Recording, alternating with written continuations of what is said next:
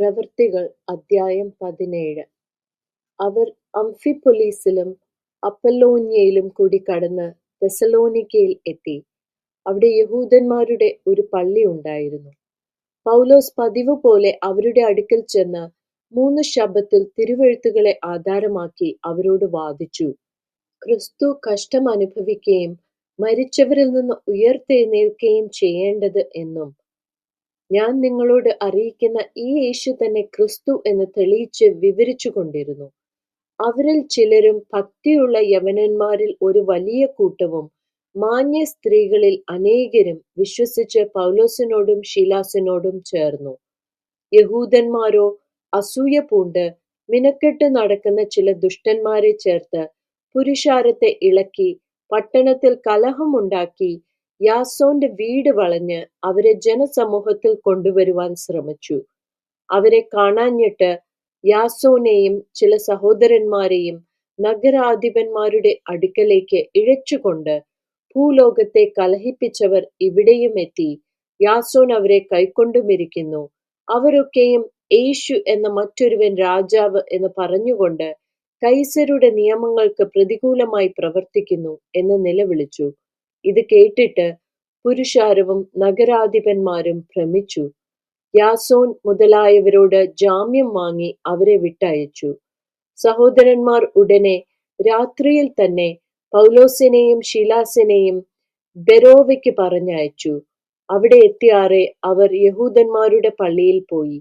അവർ തെസലോനിക്കയിലുള്ളവരെക്കാൾ ഉത്തമന്മാരായിരുന്നു.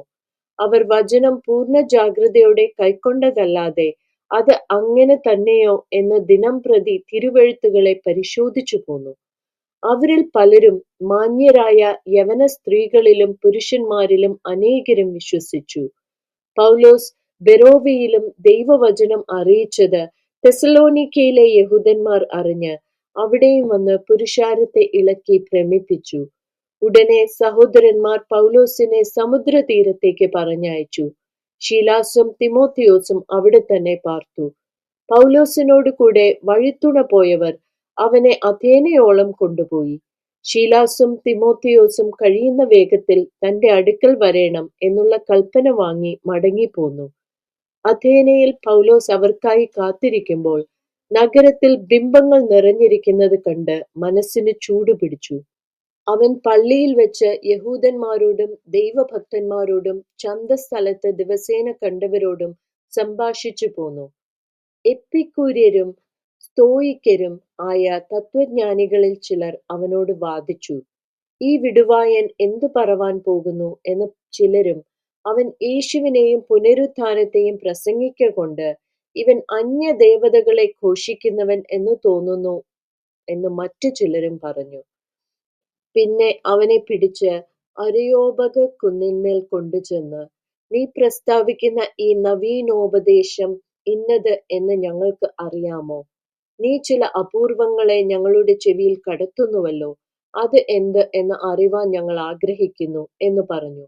എന്നാൽ അഥേനരൊക്കെയും അവിടെ വന്ന് പാർക്കുന്ന പരദേശികളും വല്ല പുതുമയും പറയുകയോ കേൾക്കുകയോ ചെയ്യുവാനല്ലാതെ മറ്റൊന്നിനും അവസരമുള്ളവരല്ല.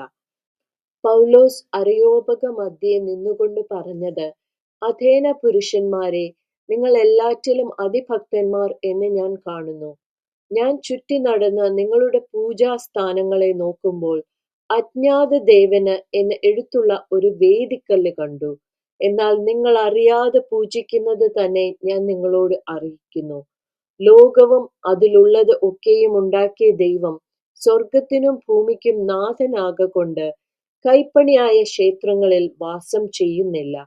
താൻ എല്ലാവർക്കും ജീവനും ശ്വാസവും സകലവും കൊടുക്കുന്നവനാകയാൽ വല്ലതിനും മുട്ടുള്ളവൻ എന്ന പോലെ മാനുഷ്യ കൈകളാൽ ശുശ്രൂഷ ആവശ്യപ്പെടുന്നില്ല.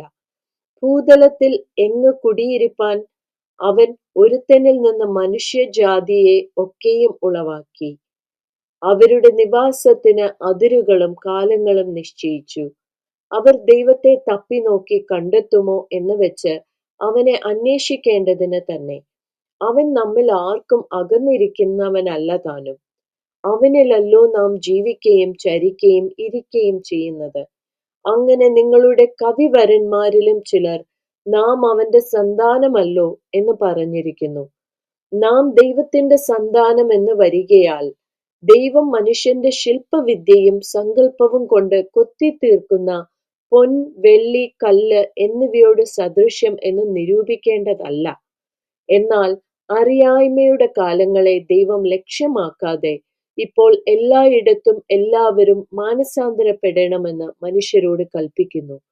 താൻ നിയമിച്ച പുരുഷൻ മുഖാന്തരം ലോകത്തെ നീതിയിൽ ന്യായം വിധിപ്പാൻ അവൻ ഒരു ദിവസത്തെ നിശ്ചയിച്ച് അവനെ മരിച്ചവരിൽ നിന്ന് ഉയർത്തെഴുന്നേൽപ്പിച്ചതിനാൽ എല്ലാവർക്കും അതിന്റെ ഉറപ്പ് നൽകിയുമിരിക്കുന്നു. മരിച്ചവരുടെ പുനരുത്ഥാനത്തെക്കുറിച്ച് കേട്ടിട്ട് ചിലർ പരിഹസിച്ചു. മറ്റു ചിലർ, ഞങ്ങൾ ഇതിനെപ്പറ്റി പിന്നെയും നിന്റെ പ്രസംഗം കേൾക്കാം എന്ന് പറഞ്ഞു. അങ്ങനെ പൗലോസ് അവരുടെ നടുവിൽ നിന്ന് പോയി. ചില പുരുഷന്മാർ അവനോട് ചേർന്ന് വിശ്വസിച്ചു. അവരിൽ അരയോപക സ്ഥാനിയായ ദിയോനുസ്യോസും ദമരീസ് എന്ന പേരുള്ള ഒരു സ്ത്രീയും മറ്റു ചിലരും ഉണ്ടായിരുന്നു.